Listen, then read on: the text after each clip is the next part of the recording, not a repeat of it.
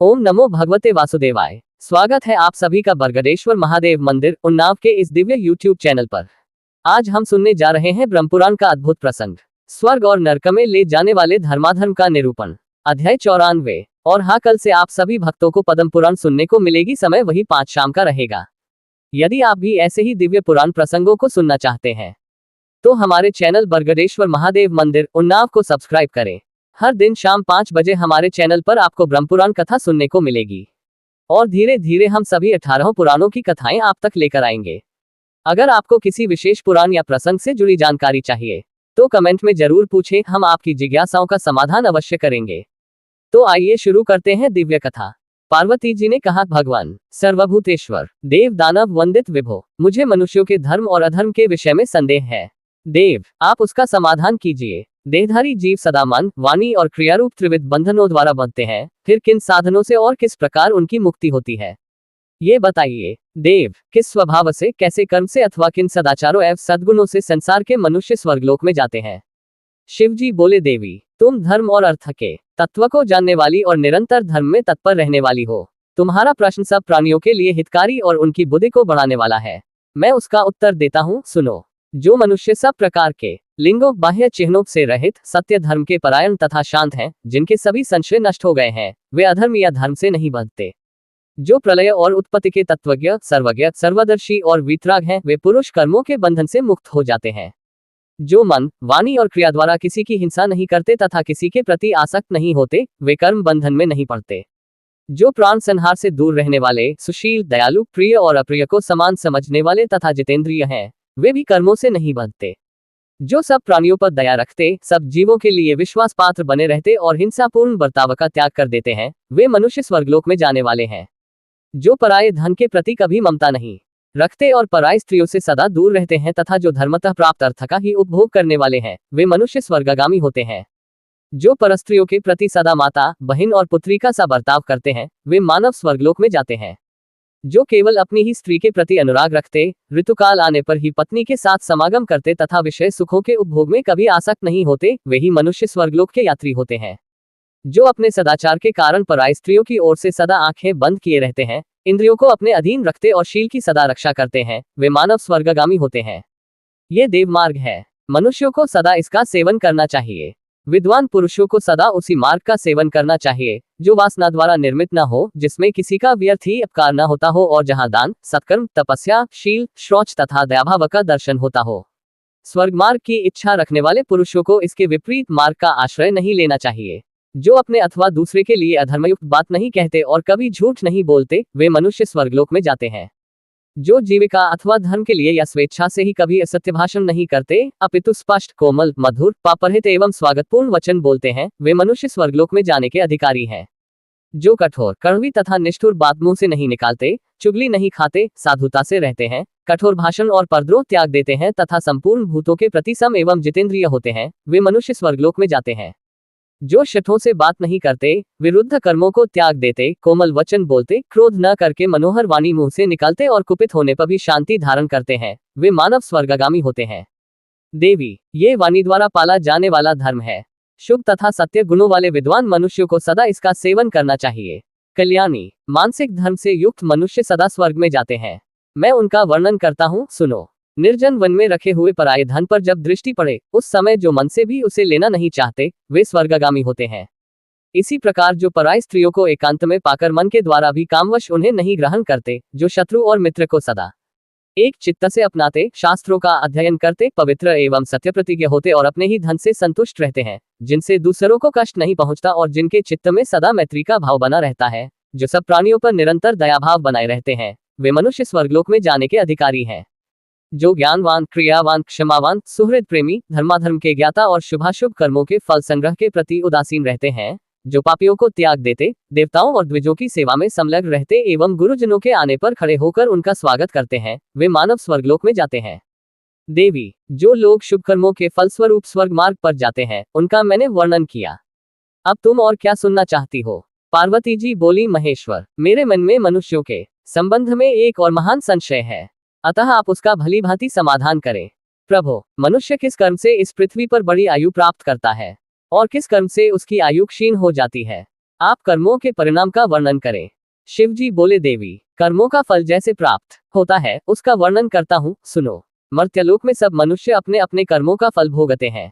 जो मनुष्य सदा हाथ में डंडा लेकर दूसरों के प्राणों का संहार करता, सर्वदा हथियार उठाकर प्राणियों की हिंसा किया करता, सब जीवों के प्रति निर्दय बना रहता, सदा सबको उद्वेग में डालता, कीट और पतंगों को भी शरण नहीं देता और अत्यंत निष्ठुरतापूर्ण बर्ताव करता है, वह नरक में पड़ता है। इसके विपरीत जो धर्मात्मा होता है उसे अपने स्वरूप के अनुरूप ही गति मिलती है। हिंसक नरक में और अहिंसक स्वर्ग में जाता है। नरकगामी मनुष्य नरक में पड़कर अत्यंत दुस्सह एवं भयंकर यातना भोगता है। जो कोई कभी उस नरक से निकलता है वह यदि मनुष्य योनि में आता है तो भी वहां उसकी आयु बहुत थोड़ी होती है।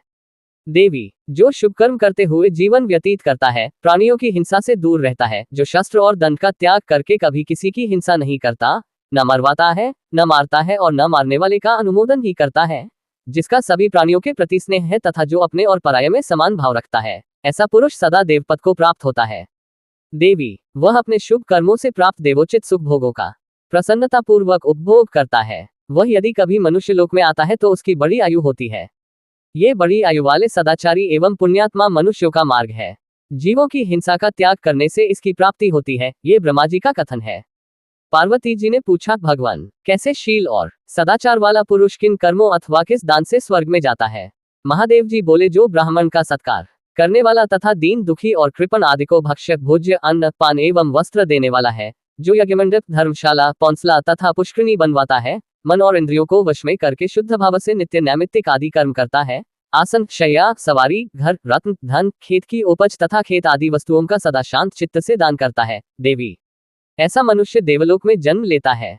वहां दीर्घकाल तक उत्तम भोगों का उपभोग करते हुए नंदन आदि वनों में अप्सराओं के साथ प्रसन्नता पूर्वक विहार करता है। देवी, वहां से च्युत होने पर वह मनुष्यों के सौभाग्यशाली कुल में, जो धन धान्य से संपन्न होता है, जन्म लेता है।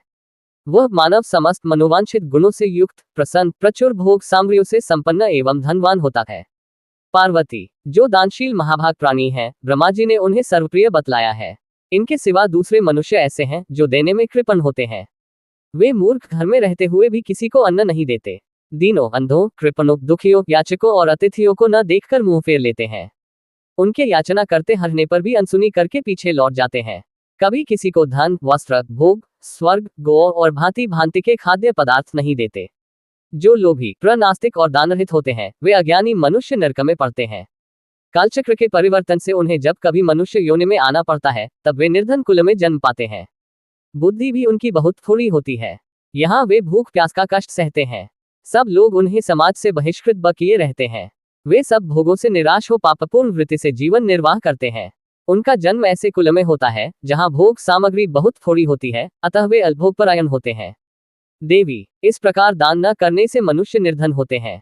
उनसे भिन्न अन्य मनुष्य दंभी और अभिमानी होते हैं। वे मंदबुद्धि मानव आसन देने योग्य गुरुजन के आने पर उन्हें पीड़ा तक नहीं देते। जिन्हें स्वयं किनारे हटकर जाने के लिए मार्ग देना उचित न है, उनके लिए वे अज्ञानी मार्ग नहीं देते। जो लोग अर्घ्य पाने योग्य हैं, उनका वे विधिपूर्वक पूजन नहीं करते। उन्हें पाद्य अथवा आचमनीय भी नहीं देते। अभीष्ट एवं श्रेष्ठ गुरुजन से भी प्रेम पूर्वक वार्तालाप नहीं करते। अभिमान के साथ ही बड़े हुए लोभ के वशीभूत होकर वे माननीय पुरुषों का भी अनादर और बड़े बूढ़ों का तिरस्कार करते हैं। देवी, ऐसे स्वभाव वाले सभी मनुष्य नरक में जाते हैं। यदि वे कभी उस नरक से छुटकारा पाते हैं तो बहुत वर्षों तक अन्यान्य योनियों में भटकने के बाद घृणित अज्ञानी चांडाल आदि के निंदित कुल में जन्म पाते हैं। गुरुजनों और वृद्ध पुरुषों को संताप देने वाले लोगों की यही गति होती है। जो न दंभी है न मानी है, जो देवता और अतिथियों का पूजक लोक पूज्य, सबको नमस्कार करने वाला, मधुरभाषी, सब प्रकार की चेष्टाओं से दूसरों का प्रिय करने वाला, समस्त प्राणियों को सदा प्रिय मानने वाला, द्वेषरहित प्रसन्न मुख कोमल स्वभाव, सबसे स्वागत पूर्वक स्नेहमय वचन बोलने वाला, प्राणियों की हिंसा न करने वाला, श्रेष्ठ पुरुषों का विधिवत सत्कार पूर्वक पूजन करने वाला, मार्ग देने योग्य पुरुषों को मार्ग देने वाला, गुरु पूजक और अतिथि को अन्न का अग्रभाग अर्पित करने वाला है, ऐसा पुरुष स्वर्ग में जाता है। मनुष्य अपने किए हुए कर्मों का फल स्वयं ही भोगता है। ये साक्षात ब्रह्मा जी का बताया हुआ धर्म है जिसका मैंने वर्णन किया है। जिसका आचरण निर्दयतापूर्ण होता है, जो सब प्राणियों के मन में भय उपजाता है, हाथ पैर रस्सी डंडा ढेला खंभा अथवा अन्य साधनों से जीवों को कष्ट देता है, हिंसा के लिए उद्वेग पैदा करता है, जीवों पर आक्रमण करता और उन्हें उद्विग्न बनाता है, ऐसे स्वभाव और आचरण वाला मनुष्य नरक में पड़ता है।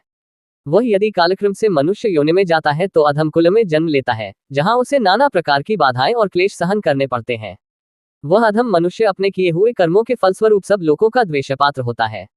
इसके विपरीत जो सब प्राणियों को दयापूर्ण दृष्टि से देखता है, सबके प्रति मैत्री भाव रखता है, पिता के समान निर्भय होता है, दयालु होने के कारण प्राणियों को न डराता है और न मारता ही है, जिसके हाथ पैर वश में होते है, जो संपूर्ण जीवों का विश्वास पात्र है, रस्सी, डंडा, ढीला अथवा अस्त्र शस्त्रों से किसी भी जीव को उद्वेग नहीं पहुंचाता, शुभ कर्म करता और सब पर दया रखता है, ऐसे शील और आचरण वाला मनुष्य स्वर्ग में जाता है। वहां देवताओं की भांति वह दिव्य भवन में सानंद निवास करता है। वह यदि पुण्यक्षय के पश्चात मर्त्यलोक में आता है तो मनुष्यों में क्लेशरहित एवं निर्भय होता है। वह सुख से जन्म लेता और अभ्युदयशील होता है, सुख का भागी तथा उद्वेग शून्य होता है। देवी, ये साधु पुरुषों का मार्ग है जहाँ किसी प्रकार की बाधा नहीं है। पार्वती जी ने पूछा, भगवान, कुछ मनुष्य ऊहापोह हमें कुशल दिखाई देते हैं, अतः कृपया बताइए किस कर्म से मनुष्य बुद्धिमान होते हैं, तथा जो लोग जन्म से ही अंधे, रोगी तथा नपुंसक देखे जाते हैं, उनके वैसे होने में क्या कारण है, बताने की कृपा करें। महादेव जी बोले, जो लोग वेदवेता, सिद्ध तथा धर्मज्ञ ब्राह्मणों से प्रतिदिन शुभाशुभ कर्म पूछते हैं और अशुभ का त्याग करके शुभ कर्म का सेवन करते हैं, वे इस लोक में सुख से रहते और अंत में स्वर्गगामी होते हैं। ऐसे लोग जब फिर कभी मनुष्य योनि में आते हैं तब बुद्धिमान होते हैं। जिसका वेदाध्ययन यज्ञानुष्ठान में सहायक होता है, वह कल्याण का भागी होता है। जो पराय स्त्रियों पर कुदृष्टि डालते हैं, वे उस दुष्ट स्वभाव के कारण जन्मांध होते हैं। जो दूषित मन से पराय स्त्री को नंगी देखते हैं, वे पापी मनुष्य इस लोक में रोग से पीड़ित होते हैं। जो मूर्ख और दुराचारी मानव पशु आदि के साथ मैथुन करते हैं, वे मानव नपुंसक होते हैं। जो पशुओं को बांधे रखते और गुरु पत्नी गमन करते हैं, वे मनुष्य भी नपुंसक होते हैं। पार्वती जी ने पूछा, देवश्रेष्ठ, कौन सा कर्म अनिंद्य है, क्या करने से मनुष्य कल्याण का भागी होता है। महादेव जी बोले, जो कल्याणमय मार्ग की इच्छा रखता हुआ सदा ब्राह्मणों से उसकी जिज्ञासा करता है, जो धर्म का अन्वेषण और गुणों की अभिलाषा करता है, वह स्वर्ग में जाता है। देवी, यदि कभी वह फिर मनुष्य योनि में आता है तो मेधावी और धारणा शक्ति से युक्त होता है। ये सत्पुरुषों का धर्म सबका कल्याण करने वाला है, अतः इसी पर चलना चाहिए। यह मैंने मनुष्यों के हित के लिए बतलाया है। पार्वती जी ने पूछा, भगवान, कुछ लोग व्रत और तप से भ्रष्ट एवं राक्षस के समान देखे जाते हैं, और कुछ मनुष्य यज्ञप्रायण दृष्टिगोचर होते हैं, ये किस कर्म विपाक का फल है। महादेव जी ने कहा, देवी, लोग धर्म के प्रतिपादक, शास्त्र और प्राचीन मर्यादा को प्रमाण मानकर जो उसका अनुसरण करते हैं, वे दृढ़ संकल्प एवं यज्ञ तत्पर देखे जाते हैं। परंतु जो मोह के वशीभूत हो अधर्म को ही धर्म बताते हैं, वे व्रत और मर्यादा का लोप करने वाले मानव ब्रह्म राक्षस होते हैं। उन्हीं में से जो लोग कालक्रम से यहाँ फिर मनुष्य योनि में जन्म लेते हैं, वे होम और वशकार से शून्य एवं मनुष्यों में अधम होते हैं। देवी, मैंने तुम्हारे संदेह का निवारण करने के लिए यह मनुष्यों के शुभाशुभ कर्म का निरूपण किया है। यदि आपको हमारे वीडियो ज्ञानवर्धक लगे तो लाइक, शेयर और सब्सक्राइब करना न भूलें, ताकि अधिक से अधिक लोग पुराणों की इस अमृतधारा से जुड़ सकें। अगर ये जानकारी पसंद आए हो तो हमारे चैनल बरगदेश्वर महादेव मंदिर उन्नाव को लाइक, शेयर और सब्सक्राइब करना न भूलें। फिर मिलेंगे नई जानकारी के साथ।